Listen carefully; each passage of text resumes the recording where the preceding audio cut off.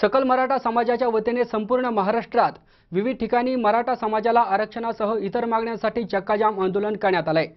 चक्काजाम आंदोलन सर्व ठिकाणी शांततेत पार पडले। कोपर्डी येथील अल्पवयीन मुलीवर झालेल्या निर्घृण अत्याचार करून केलेल्या खुनाच्या निषेधार्थ तसेच मराठा समाजाच्या आरक्षण आणि इतर अनेक ज्वलंत मागण्यांसाठी सकल मराठा समाजाच्या वतीने महाराष्ट्रभर चक्काजाम आंदोलन करण्यात आले। त्याचप्रमाणे पुणे सोलापूर महामार्गावरील शेवाळेवाडी जकात नाक्याच्या समोर महामार्गावर सकल मराठा समाजाच्या वतीने चक्काजाम आंदोलन करण्यात आले। चक्काजाम आंदोलन सुरू होण्यापूर्वी आचारसंहितेचे नियम कार्यकर्त्यांना सांगण्यात आले।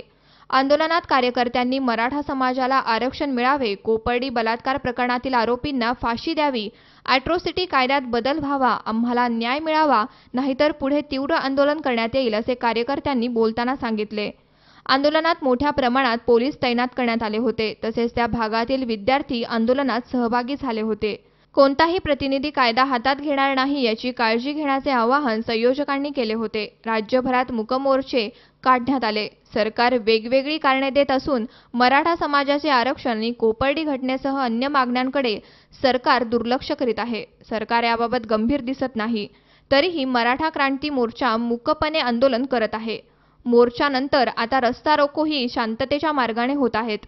तरी आम्हाला लवकर न्याय मिळावा असे कार्यकर्ते सी24 तासशी बोलताना म्हणत होते। आंदोलन सुरू असताना मोठ्या प्रमाणात वाहतूक ठप्प झाली होती। किमान 2 ते 2.5 हजार कार्यकर्ते आंदोलनात सहभागी झाले होते।